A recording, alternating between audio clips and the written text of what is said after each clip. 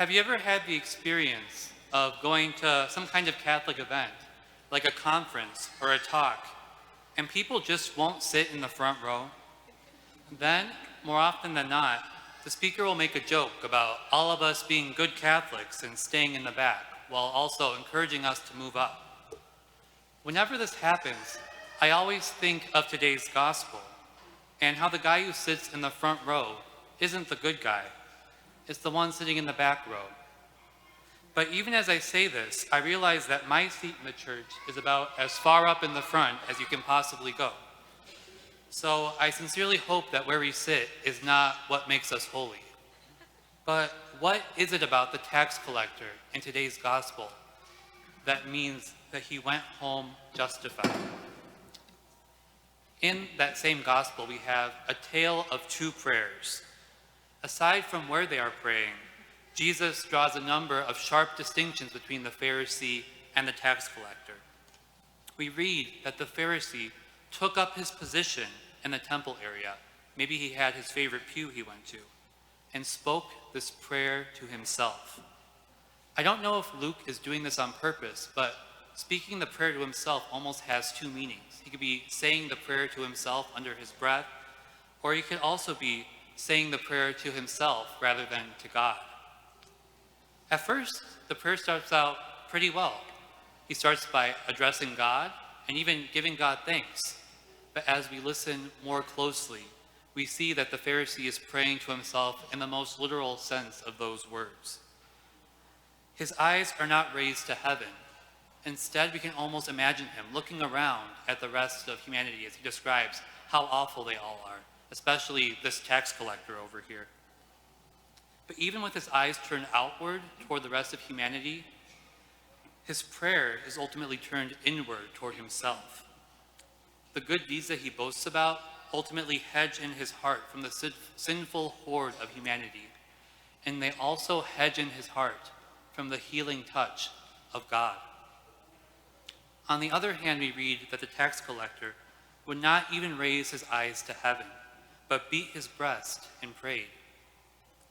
The tax collector sees the depths of his sinfulness and the holiness of God, so he won't even look in the direction of God. Instead, he beats his breast, like we all did at the beginning of Mass when we said the Confiteor, the prayer that starts, I confess to Almighty God. We beat the place where our hearts are to remind us of our sinfulness at the very place where sin takes root, our hearts. The tax collector's prayer is simple. O God, be merciful to me, a sinner. He's talking directly to God. And like the Pharisee, he also talks about himself. But in the case of the tax collector, he's talking about himself in relation to God. He's asking God to have mercy on him. And by doing this, he sees what he is, more truly than the Pharisee does, who imagines that he's different from the rest of humanity. The tax collector sees that he's like all the rest of us here, a sinner. So does this mean that the tax collector is perfect? Of course not. In fact, as he says, he's a sinner. But by saying this, he has a much better start than the Pharisee does, a really good start. And this is the same attitude that we all need to have when we go to pray. Even though the tax collector doesn't lift his physical eyes to heaven, he lifts the eyes of his heart to God. And when he does, he sees where he stands in relation to God. He is sharply aware of his sinfulness. And ultimately through this, he is aware of his poverty without God. Because of this, he begs God for the riches of his mercy. We also have to come before God in the same way. Even if we can't bring ourselves to raise our eyes to heaven, we have to come face to face with God. It's only then that we can come face to face with ourselves. But what's the point of turning to God if it only means that we see our poverty? Of course, our poverty includes our sinfulness, like it did for the tax collector. But it also means our utter dependence on God. Somewhere else in the Bible, we hear Jesus say, "Without me, you can do nothing." For someone intent on independence, this can be devastating to hear. But Jesus also says in another place, with God, all things are possible. Recognizing our poverty is not about feeling bad about ourselves. It's about coming to terms with the truth. Our poverty is all about realizing that every good thing we have comes from God. It doesn't make that good less, but instead it leads us to a newfound freedom. We realize that we are no longer in control of what happens, the good or the bad. We never really were, but now we realize it. And it's really scary coming to this realization. But it's also really freeing. It's freeing because we come to realize that the one who is really in control of our lives is a loving Father who wants our good.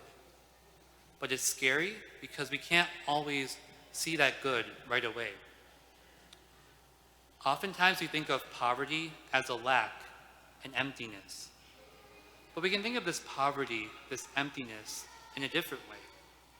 We can think of this emptiness like the emptiness of a blank canvas. If a canvas is already splattered with a poor attempt at painting, even the best artists can't turn that painting into a masterpiece. But with a completely empty canvas, the divine artist has the opportunity to make an infinite number of masterpieces. Saint Therese offers us another image. She wrote about how for years she would try to climb what she called the stairway of holiness, grasping for holiness through her own efforts. But she said she would always fail to climb those stairs because she was too little. Then one day she realized that she didn't need to do all that work on her own. Because she was little, she couldn't climb the stairs. She decided she could just take an elevator. All she needed to do was to hold up her hands, and God's arms would reach down and pick her up and carry her to heaven like an elevator. Or, as Sister Mary Michael Fox says, "You can't, God can, so let him." You can't, God can, so let him. So how do we get to this point in our lives? The bad news is it takes a lifetime. We start by coming before God exactly as we are, no mask like the Pharisee had. Don't come before him as the church lady or the dad who does it all, or even the holy deacon. We need to come before God as we are, as sinners. And we need to bring him everything we are experiencing, everything we've done, everything we're feeling. But here's the thing. We're not just giving God all this junk and then walking away. We're giving him ourselves. We're giving him the one who is going through all these things. And it's only in this gift of ourselves that we can be healed. And not only healed, but transformed. It's only then that we can begin to live our everyday lives differently. Not trying to control everything. Not putting pressure on ourselves to make everything perfect, but seeing our poverty in God's riches.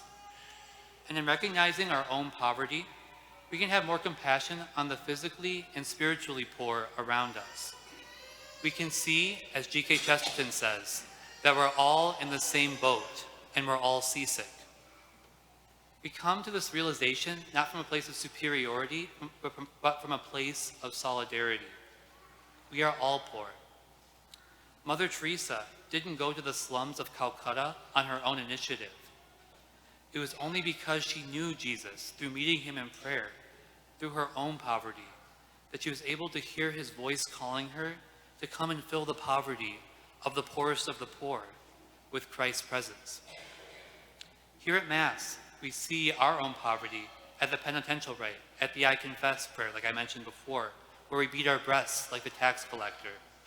But we don't stay in that poverty. God feeds us by his word, and especially through our daily bread, himself, Jesus Christ, and the most holy Eucharist. And finally, we hear the words, "Go in peace, glorifying the Lord by your life." And this is not just a cue for us to go to the narthex and then to go to brunch. They are a call for all of us to go out and share the presence of Christ we have received with the poor around us. So whether we sit in the back row of the church or in the sanctuary, we are all poor, we are all sinners, and we're all in need of God's infinite mercy. But it's only in coming face to face with God that we come face to face with our own poverty, and that God can finally fill that poverty. Once we do, we can go out to bring God to fill the poverty of others. But we need the courage to take that first step of coming humbly before God.